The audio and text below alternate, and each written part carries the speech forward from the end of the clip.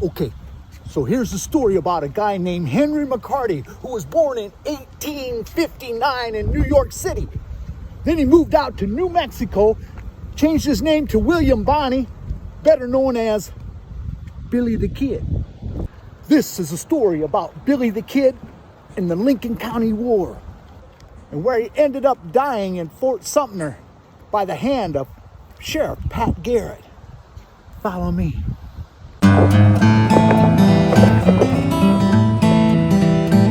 This is Lincoln, New Mexico.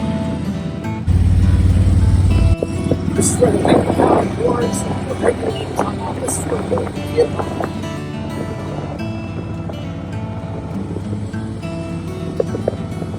So must be about 50 people there. Hey, it's me again. I'm in Lincoln, New Mexico. Now, you know what happened there. That's where the Lincoln County War started. And also, this is where Billy the Kid hung out with Pat Garrett. And he actually escaped from the jail, from the Lincoln County Jail here. Now, I don't know crap about it, but I got my newest, bestest friend, Miss Tiffany here. How you doing, Tiffany? I'm well, thank you. Now, Tiffany not only is the curator of this town, she knows everything about it, and her family actually has history ties in this town. And also, she is 27 times in a row Miss Lincoln County. Not quite. Well, right now we're in front of the Tungstill store, and that's kind of what. Now, he came from England here just to start a business and get fame and fortune. He ended up with fame, but can you tell us about how the Lincoln War started?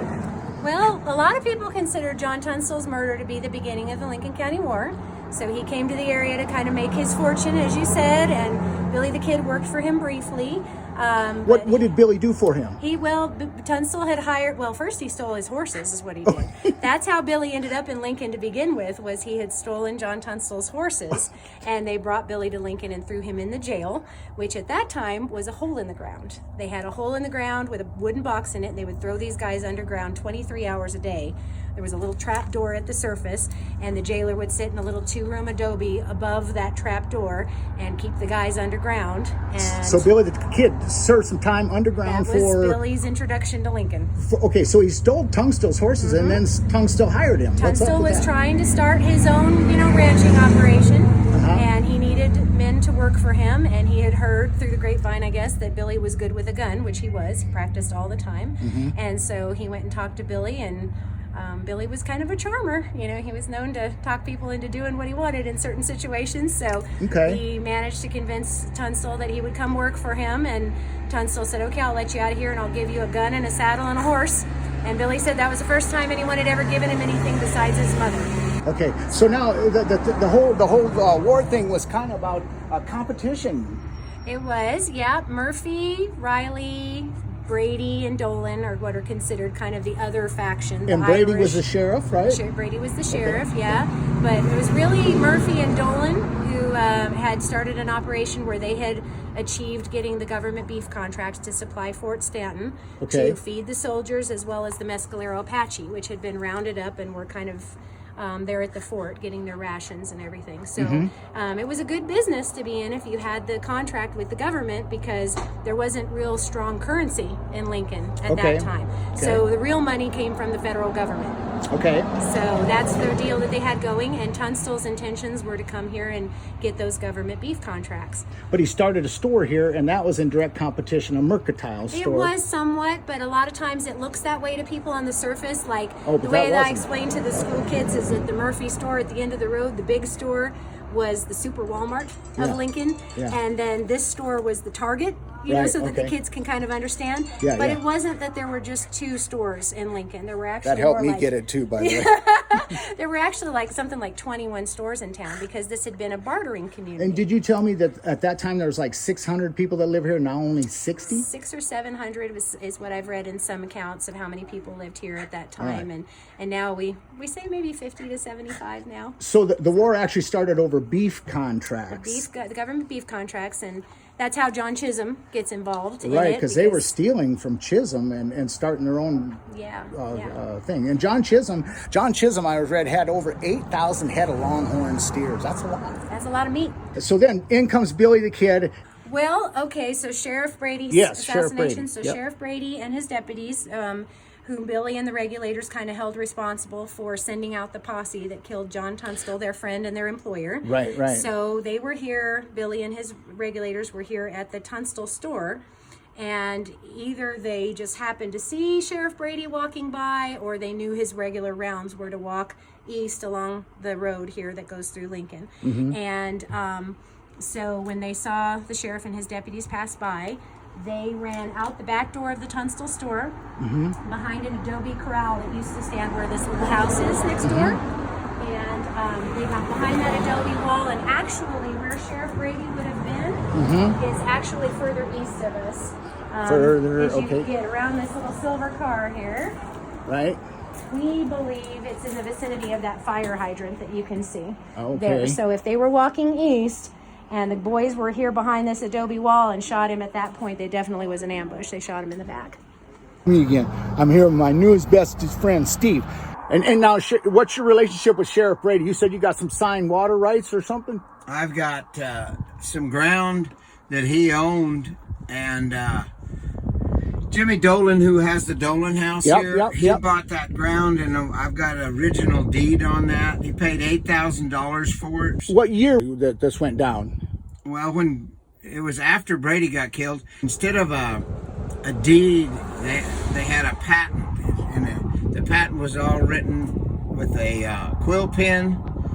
And it said, I, Ulysses S. Grant, to William Brady, and some jargon about the legals and everything. And the water rights are 1853. And in New Mexico, water rights is the deal. So Ulysses S. Grant, so at one time this was a Confederate. Exactly. Hey, Steve, I thank you. I'm going to do one spin around your truck because it's a gorgeous truck. You mean open the hood? Yeah, that'd be good too. This is Steve's truck. It's rigged out. He said he cruises about 80 some miles an hour down the road. It's all new undercarriage. 1952. Dual carburetor. 292, is that right? Started out at 292. It's got a stroker crank in it. I did some head work on it. It's got 3-inch headers. Yeah. This is a sweet ride. Steve, again, I thank you, my friend. Hey, good to meet you. You bet. Can you tell me, other than Billy, who else was a regulator? Gosh, well, the group was liquid over the 3 years Sure. of the Lincoln County War. There were people who came in and came out of the group, and so at various points it could have been a lot of different people. Some of the early ones, were Tunstall's ranch foreman Dick Brewer, Right. who's played by Charlie Sheen, I believe, in the Young Guns movies. If that helps anybody. The Coe cousins, George Coe and Frank Coe. We still have some descendants of the Coes here in Lincoln. Awesome. Yeah. There's several that came and went. Chavez E. Chavez is the character who was played by Lou Diamond Phillips in Young Guns. Okay. And actually, he's kind of a minimal kind of side character. He doesn't show up that much, but there's various points where he's involved. So, people got killed or left the group at points, and then other people came in. So it kind of just depends on what part of the war you're talking Right. about. Okay. Well, hey, we're in front of the Tunstall store. She's going to give me a private tour, and from what I understand, there's a room in there. You're going to show me where they actually hid Billy the Kid under the floor. They hid someone under the floor. I'll tell you about that when we get in. Okay. Thanks. Well, this is Tunstall's living quarters, or part of it. It at one point was 3 separate rooms that kind of went along a long stretch here. You were asking about the regulators before? Yes. Here our picture. You can see this is not Lou Diamond Phillips. There's your original Jose Chavez E. Chavez there. Charlie Bowdry, is a major character because he, was with Billy at the end. Okay. And Tom O'Folliard was supposedly Billy's best friend at one point. Okay. And was with him and died, there toward the end. They're buried together up there at Fort Sumner. And Haniel Salazar is a really interesting character because you can see in this picture that he lived to a ripe old age. He was in the McSween house when the house burned, and he I think he was 14 years old. And he played dead. And, you know, after the shootout was over and everything, some of the bad guys came up and were kind of kicking him and thinking they should put one more shot in him just to make sure he was done. And one of the guys said, nah, don't waste the ammunition on him. Well, he was still alive.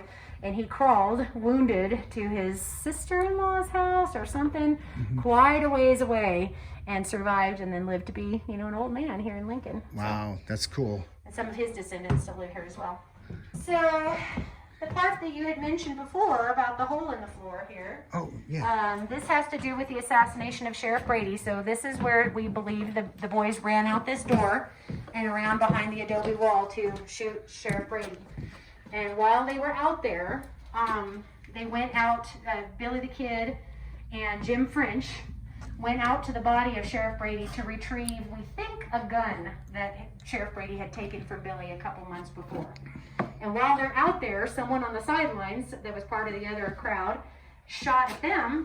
And the best documented evidence we have says that it was actually Jim French that took the bullet through the leg. So the bullet skimmed Billy's leg, but actually went through Jim French's thigh. So it happened that Dr. Ely was living over here in the Tunstall living quarters at the time, which was convenient. So they hobbled Jim French back over here and brought him to Dr. Ely. Dr. Ely took a handkerchief, dipped it in kerosene, threaded it through the bullet hole in the leg to disinfect it, and they gave him a couple of pistols and they hid him here under the floor. Meanwhile, Dolan and his crew come along, and they're following the blood trail, obviously, which you can only imagine what that must have been like for Jim French to be under the floor with no place to run, with a bullet hole in his leg, and just hoping that they're not going to find him. But they didn't, so he managed to survive, and they got him out of here later. But that's what the hole in the floor is. And these tin cans over here were found later, and we found these cans that were... the labels, we think, date back to approximately the right time period, and they look like they were opened with a knife. So somebody was getting handed food down there. Wow, very cool. All right, I'm in the Tunstall store here with the lovely Tiffany, and she was telling me that this part here was the original store. That room over there was Dolan's store, or he had added on to the store. Added on to the He store. owned Tunstall's store, which is one of the ironies of this whole story, is Right. that he ends up owning all of Tunstall's stuff. But he added on that west. Now, you know, they always say Billy the Kid and Murphy were the arch rivals. Dolan was a big part, right? Dolan was pretty much the one pulling the strings on almost everything that happened during the Lincoln County War. So it's one of the big myths that we have to clarify from Young Guns a lot of the time for people is that, you know, Murphy was not even here for most of the Lincoln County War. Dolan was the one who was really involved in most of it, and he doesn't really even make an appearance in Young Guns. Well, and what was Dolan's beef with Billy the Kid? He was less of a beef with Billy initially. He had a beef with Tunstall. After Tunstall's dead, then he goes after McSween. And really, when McSween was killed, that really should have ended the Lincoln County War. It obviously didn't, because it became this kind of tit for tat between the two factions. You shot our guy, we're going to shoot your guy. You shot our guy, we're going to shoot your guy. Sure. And it was just constant revenge, you know. Eugene Manlove Rhodes was a famous author from this area, and he called it the Rattlesnake Code. And you just went after whomever had offended or slighted you in whatever way. There was no excuse too small to just take them out. Sure. So this is another, since you're showing Tunstall's portrait, there's another little myth that we clarify a lot for people when they come to Lincoln. Is Tunstall is often portrayed in the movies as kind of an older gentleman, you know, father figure to Billy, takes him under his wing.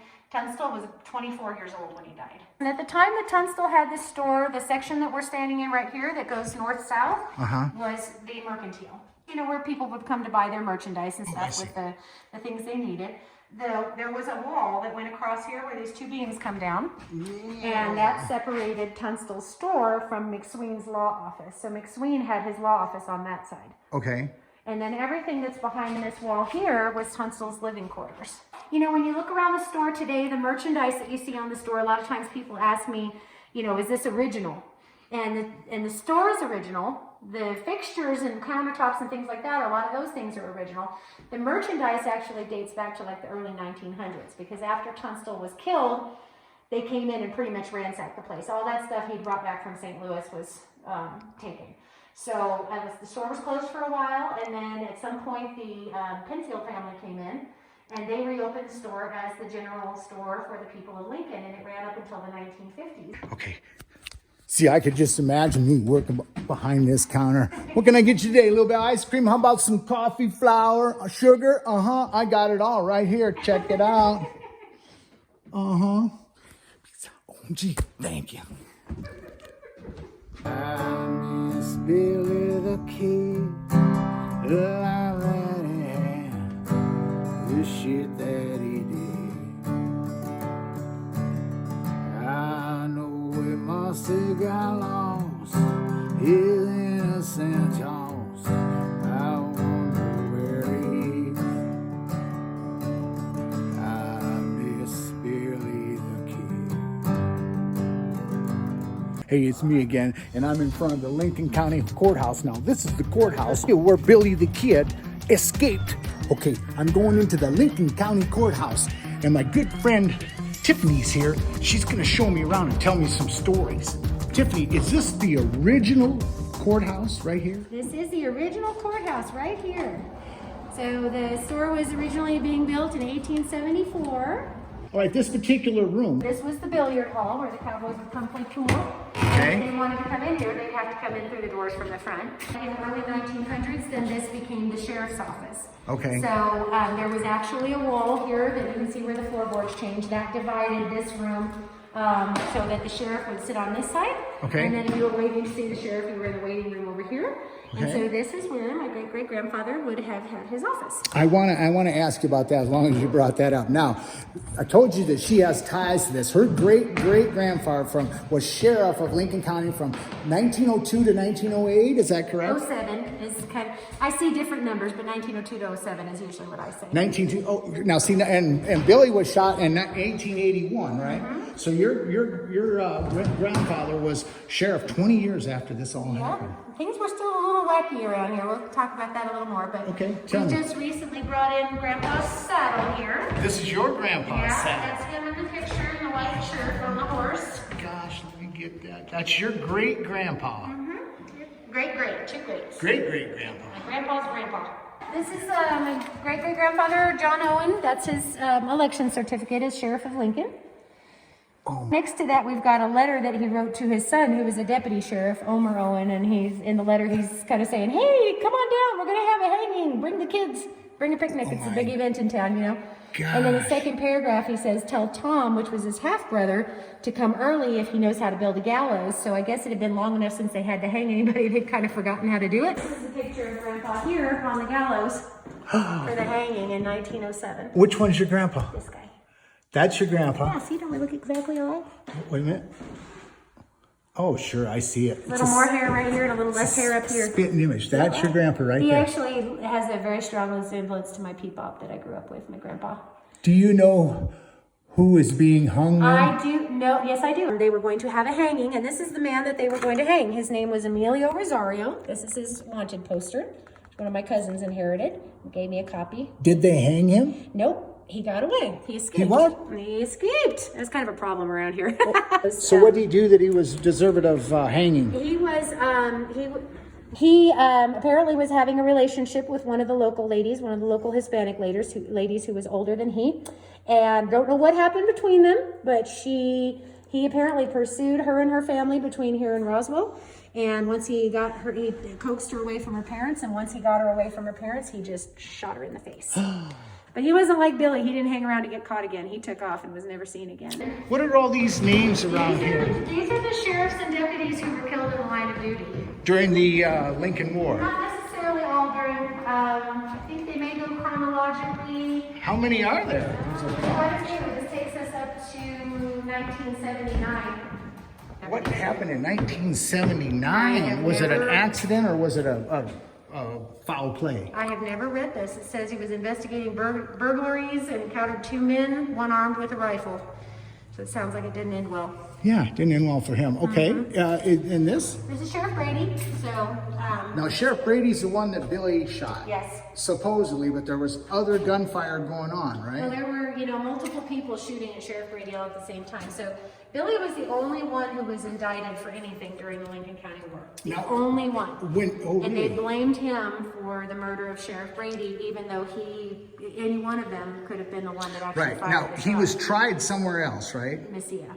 In Mithia? Messiah is Messilla. Oh, okay. Not kind of by Las Cruces. Okay, gotcha. And then they brought him back here to hang, is that correct? Yep, because he needed to be in the county he was sentenced to hang in, I guess.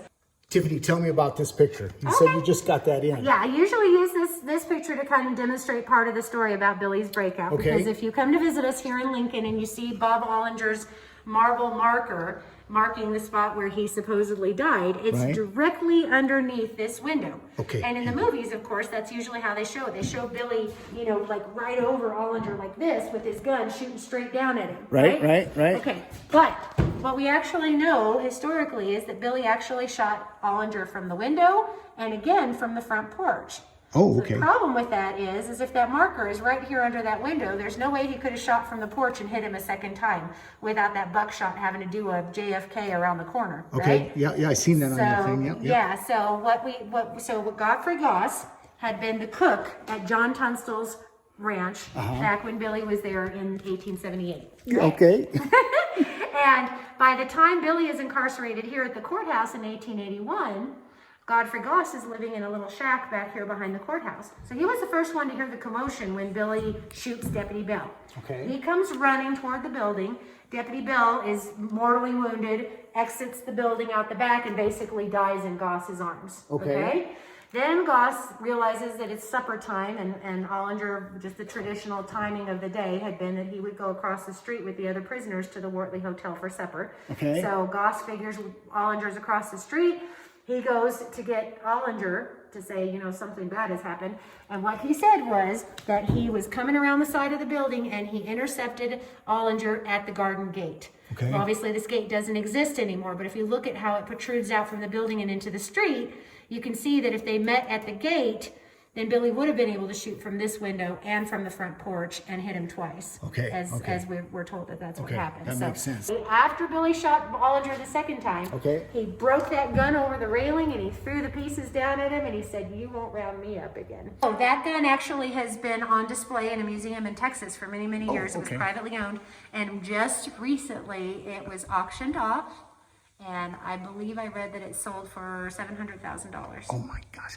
Just recently, along with the gun that Billy broke over the railing, the gun that Sheriff Pat Garrett used to shoot Billy the Kid just also auctioned recently, and it sold for $6.1 million. Oh my And that set a record for a firearm. The prior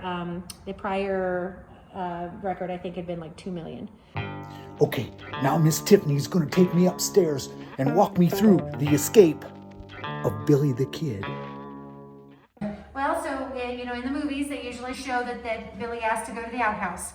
So we presume, we don't know for sure, that this was probably the door that they exited. They went out to the outhouse, and then they came back in. And as they're going up the stairs, Billy and Deputy Bell, Billy's in front, Deputy Bell's behind him, probably right behind him with his gun on him, right? Right. Okay, so the best account that we have as far as what happened next comes from Billy himself. This is what he supposedly told J.P. Meadows. And he said that he was able to get up to the top of the stairs. Now remember, he's wearing handcuffs and leg irons. Right. As he's trudging up the stairs here. That he was able to get to the top of the stairs before Deputy Bell and get around the corner. And then, when Deputy Bell came up to the top of the stairs, Billy just clunked him over the head. And then he gave him a pretty serious head wound that was testified to by Godfrey Goss, the man who had been the cook at Tunstall's Ranch before. Billy said that he and Bell tussled around here at the top of the stairs for a few minutes, and that's how Billy was finally able to get his gun away from him. And as Deputy Bell tried to run down the stairs, Billy felt like he had to shoot him, even though he said later that he didn't want to. Hey, Tiffany. Yeah. I'll make you famous.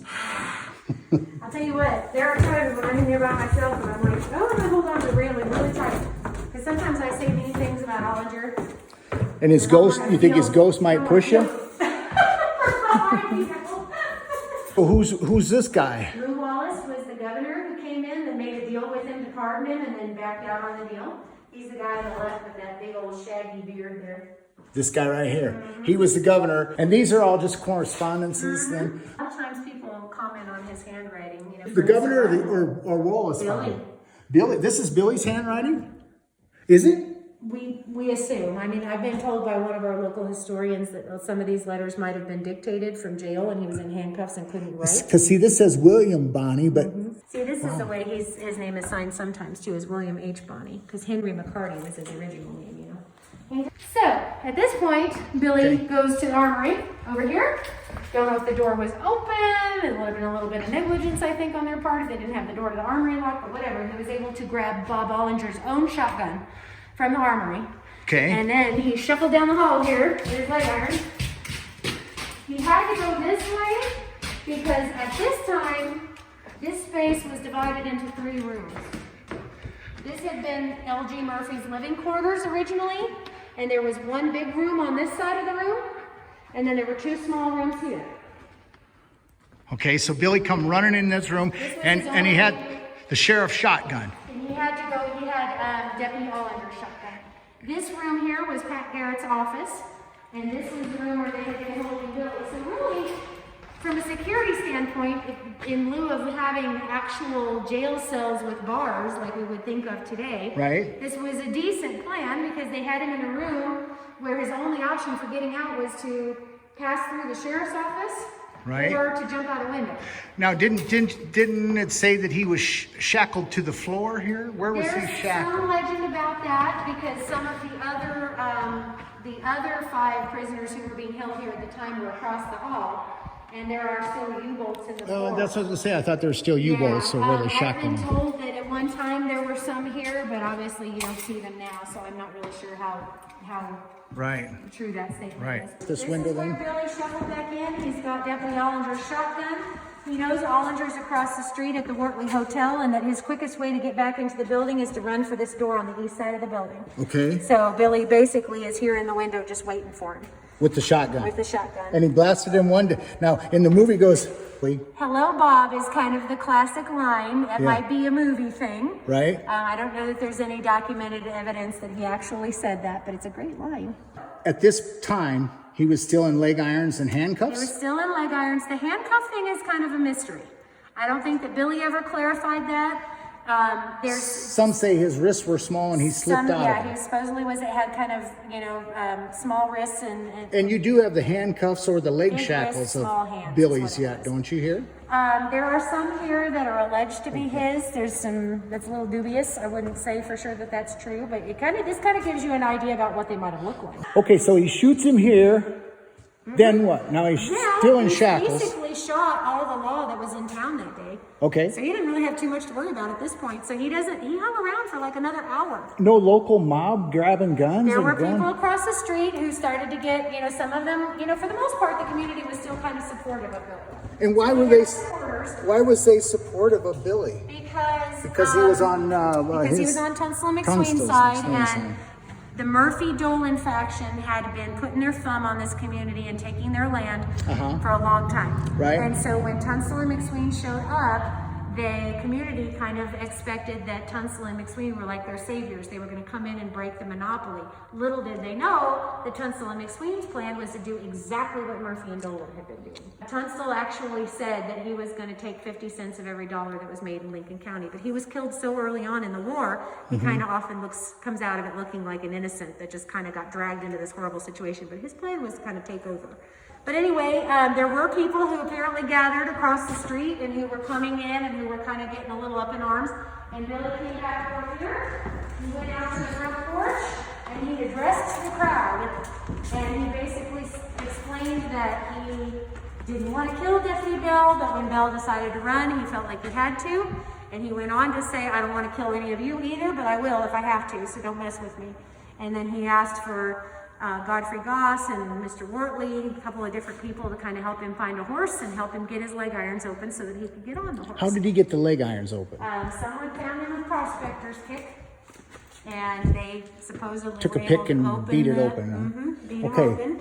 And then that's the funny part of the story. One report is that he actually went to jump on his horse after they got the leg irons open, and his broken leg irons rattled and spooked the horse, and it bucked him right off. So he's got an audience for this. The tough outlaw Yeah. gets himself bucked off the horse. Okay, he shot shot him again from this balcony, though. So how did he get out there? He went out through these doors. There's 2 staircases that are there now. from the outside, okay. Did not exist at that time, though. Oh, right, so right, he wouldn't right. have been able to get down from that way. He had to come back through. in and go out some way through the Okay, great. Deputy Ollinger would have been coming from across the street from the Wortley Hotel. So you see that white picket fence? Yeah. That's today's Wortley. That's not the original Wortley. Okay. The original Wortley burned. Okay. And they rebuilt. So he come across, running across here. Across the street, and the reason we think that he came running without like taking some precautions, like around corners or something like this, or he thought that Billy got shot. He thought that Billy had tried to escape and Deputy Bell had shot Billy, so he didn't think he was in any danger. So he abandoned his 5 prisoners over there and just basically comes charging across the street and running for the side of the building. And Billy was waiting for him. And then Billy shot him right down here by this tree. Is that right? Well, remember in that picture we looked at how the fence kind of protruded out. It probably went out quite a ways this way from the building, maybe even beyond the sidewalk. So chances are he was probably somewhere out down the way a little bit. Okay. A little more out the But he street. shot him with a shotgun. I mean, you got to be It was kind a of close shotgun with it. and he used buckshot. He used buckshot. Okay, and then he broke the gun over his leg and dropped it. And what did he say? And he threw the gun down at him and said, "You won't round me up again." So, since I've worked here, the Carrizozo County Clerk's Office has sent us a list, the original list of Ollinger's personal effects that he had on him that day. They took an inventory of all his stuff. Right. And they listed his gun being worth $0 because it was broken. So that gives us a little bit of evidence to the story that he broke the gun. That's the gun that they just sold for $700,000. Yes. So even though it's broken, it's worth a lot more than $0 now. Oh my gosh. Some people say that it wasn't Billy the Kid that was shot. Yes. Many people say that. Yes. Where's that coming from, and what do you say about it? Comes from Brushy Bill. Brushy Bill Roberts, I think, was his name. But there is a lot of documented testimonials from people at Fort Sumner. Fort Sumner was a community like Lincoln, Hispanic community. They knew him very well. They had taken him in. They'd taken care of him. There's a lot of people were involved in the coroner's jury and testified that they saw the body. Yes, that was Billy the Kid. They bought his suit for him. They made the coffin. They went to his funeral mass and they saw him lowered into the ground. And, you know, nobody ever leaked later saying, "Oh no, that didn't happen. My grandpa was there." Nobody ever contradicted that. You know, there's a lot of speculation about why he stayed around, why he didn't leave. Yeah. Fort Sumner was a known haunt for him, so why would he not leave? What was there a reward for him? Yes. Did anybody collect the reward? Pat eventually did. He had to fight for it. How much was the reward for I him? think it was $500. And as a sheriff could collect a reward? Apparently. I think they thought Billy was bad enough, and this is how you can kind of sum up this whole story. The reason that this story matters, and the reason we still talk about it with school kids, is because New Mexico was still a territory, but was trying to become a state. Right. And we couldn't because everybody back east is reading all of these dime novels and newspaper articles about this crazy place where all these wackadoodles are just shooting each other constantly. Who wants to settle in a place like that? So they wanted to clean it up. They needed to make it seem like it was a place that was safe for families and people to come out here and in order to become a state. And Billy just basically had become the scapegoat because he'd become a name that was being printed in the papers, and most of what was being printed about him wasn't true. But he became the scapegoat, you know, for everything that was wrong with New Mexico. So. Right. Wonderful. Again, thank you, girl. You're welcome. Thank you. Hey, my newest bestest friend, Tiffany, you've done a great job. Thank you. Really appreciate it.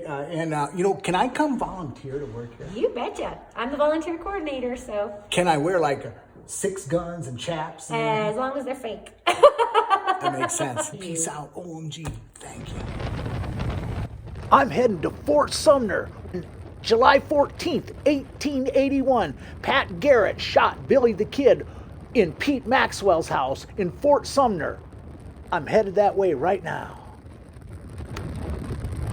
Okay, it's me again, and I'm heading into the Billy the Kid Museum in Fort Sumner, New Mexico. Follow me. While working for Tungstill, Billy caught 2 rustlers changing the brands on their cattle. He shot one, the other one got away. These are the chaps and the spurs that he took off of that person.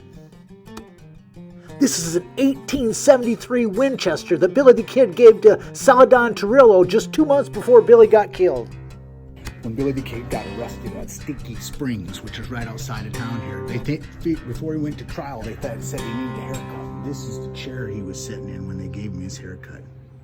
This is the only known photo to have Pat Garrett and Billy the Kid in the same picture.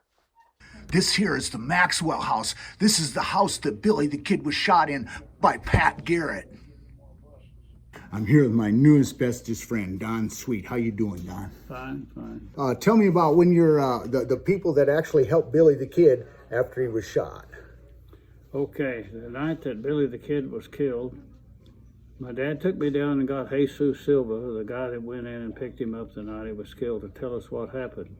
He said Pat Garrett and his two deputies camped west across the river out of sight until dark, slipped into town and hid in the peach orchard watching for Billy. About 11:30 they decided Billy wasn't going to show, so they come down here. Garrett goes in that corner bedroom and is sitting on the bed talking to Maxwell.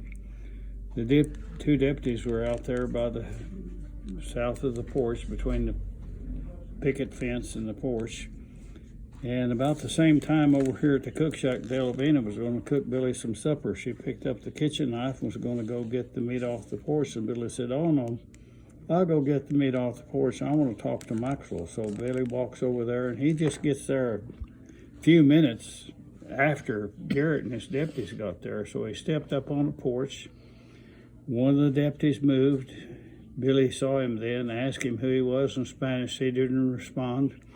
Billy backed in the bedroom door and asked Maxwell who they were, and Garrett was sitting on the bed. He didn't see him. It was dark. Pat Garrett pulls his pistol and shoots twice. First shot hit Billy in the side or back and come out his heart in his chest. Killed him instantly, and the next one bullet went through a washstand. Maxwell and Garrett run out of the room, and Jesus Silva was over here by the cook shack. He went over there and rushed in, and Billy was lying there, a long meat knife in one hand, his gun in the other. He was dead. They picked him up and took him over here to the carpenter shop, laid him out on the carpenter's bench, dressed him for burial, had a candlelight the rest of the vigil the rest of the night, coroner's inquest the next morning with a judge and a panel of men. Then they took him 100 yards to the cemetery, had a little novenas, a little service, and buried him before noon the next day. Now Maxwell had Jesus Silva take two pickets out of the parade ground fence and make Billy a cross. And it didn't last long, because a guy come by on the Butterfield stage line and stopped at the grave and took the cross with him. And that was 1881. Wow. And now the Maxwell house is no longer there, is that correct? No, and no buildings of the fort is left. Okay. But the cemetery's there and his gravesite's there. Yes. All right. Well, Mr. Sweet, I thank you so much. And for all you watching, follow me. Now this is one old cemetery.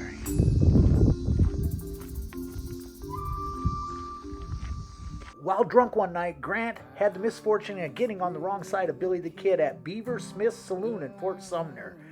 After a heated discussion, Grant bet Billy $25 that he would kill a man first. Billy feigned false admiration for Grant's gun and asked to examine it. While doing so, Billy rotated the cylinder to an empty chamber, anticipating trouble. Billy and Grant eventually got into an argument, and as Billy turned to walk away, Grant tried to shoot Billy in the back. But all he heard was a click. Billy turned, drew, firing 3 shots, killing Grant instantly. Right over there, it's Billy the Kid's grave. In 1951, his tombstone was stolen again, so they erected another one that had Billy the Kid, Tom O'Folliard, and Charlie Bowdry, simply saying, "Pals." It was recovered in 1976 in Texas, only to be stolen again in 1981, where it was recovered only 4 months later in Huntington Beach, California. The governor decided to encase it in iron, thus ending the life of and beginning the legend of one of America's most famed Wild West outlaws, Billy the Kid.